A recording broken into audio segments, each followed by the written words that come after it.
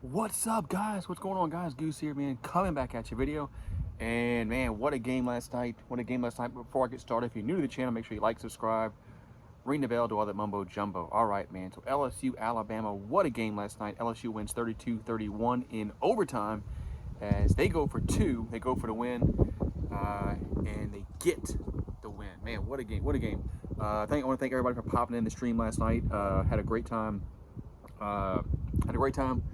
Had a problem early in the stream. Had to restart it, but once it got going, it was good. Anyway, that's just internet and OBS, I guess. Man, what a game! What a game! I mean, this game was very low scoring until the fourth quarter. That's when everything really happened in the fourth quarter. Neither team could be stopped offensively, and I think that's what led to Brian Kelly and his decision to go for two, which I thought was the perfect call. Before Alabama, I mean, before Alabama even scored a touchdown, when I was doing the stream, I was thinking to myself, man, if Alabama scores a touchdown here, LSU needs to go for two, and that's what they did. But man, what a game! You know, Bryce Young, he was doing Bryce Young things in the fourth quarter, escaping pressure. We couldn't sack him in the fourth quarter. There was a few times that we could have had him sacked. We didn't. One was that we had a face mask. It was a third down, and we had a holding call on the defense. We had a face mask against the quarterback on a sack, which gave him a first down. So, and then on that one touchdown pass late in the game, when he was, man, look, Houdini, man, Houdini moves out the pocket, found the open receiver, touchdown, Bama, and then LSU goes down, and Jaden Daniels, he's really progressed since week one. I know a lot of LSU fans have been hard on him, especially at the Auburn game when he really didn't play well against Auburn.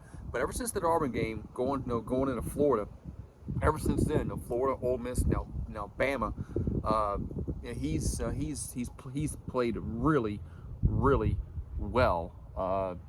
He's the reason why he's one of the reasons why they won those these three football games. But no, Bryce Young and Jaden Daniels, man, they were like kids playing little league football together, youth football together. And now they found themselves opposing one another in as college kids. I thought that was just a great. Well, that was great, man. That you play football as kids, and then you meet up as enemies, so to speak. I thought that was great, but man, this was just this outstanding football game. LSU, they won the game. They won the game 32-31. I know a lot of fans are refs. Look, the refs are going to miss calls for both teams throughout the game, so everybody thinks that their team gets screwed by the refs. Nobody wants to look at the calls that you get away with. You always look at the calls that they don't go your way. It's just human nature. So I don't put too much stock in refs anymore. I mean, they're just bad. They're bad. I mean, there's bad calls in every game. So, man, Harold Perkins was phenomenal on defense as he tackled. He sacked Bryce Young. This was in the first half. I think this was after Alabama had a long pass play that Major Burns caught up with the guy and tackled him like around the 8-yard line, whatever it was, and then Alabama got a field goal out of that because of Perkins and of Major Burns not giving up on the plays, which was really good for those players not to give up on the plays, man. Josh Williams, man, this is the guy that was a walk-on at one time. He was a walk-on. A lot of LSU fans, hey man, why are you playing the walk-on so much, man? Josh Williams, man, he ain't that good, man. He ain't that good. Well, he was good enough to earn a scholarship. He's probably our best running back on the football team. He probably is. I mean, that one run on third down when he should have been tackled for a loss, and he got the first down, which led to the touchdown to Mason Taylor. Man, I mean, that's just, I mean, you can't coach that, man. Either you have it or you don't, and this kid has it. Emory, great to see Emory come back, and after missing, I mean, it seems like 2 years of football, but it was only last year. But good to see Emory come back. He made a big touchdown. He made a big touchdown catch early in the football game that put LSU up 7-0. That's what I said.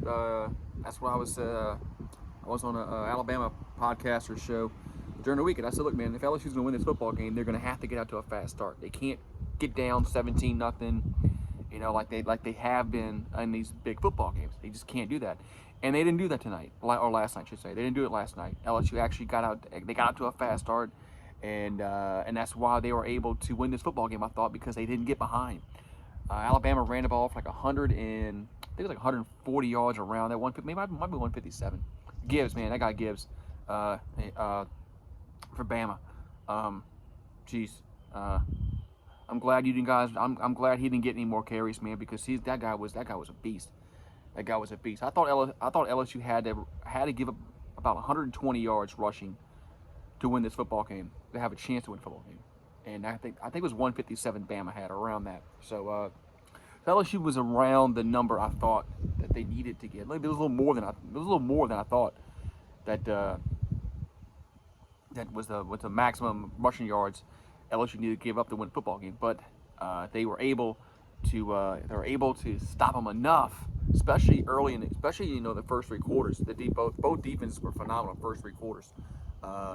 And the fourth quarter, that's just when the offenses exploded. Daniels with his feet, Bryce Young with his feet making plays. Jane Daniels on the first play in overtime, 25-yard touchdown run, and then Brian Kelly immediately goes for two. Throws a little rollout to Mason Taylor, rolls it to his right, finds Mason Taylor, and Mason Taylor falls in the end zone for a 2-point conversion, man. So the Tigers get the win 32-31, and they're in the driver's seat in the SEC West.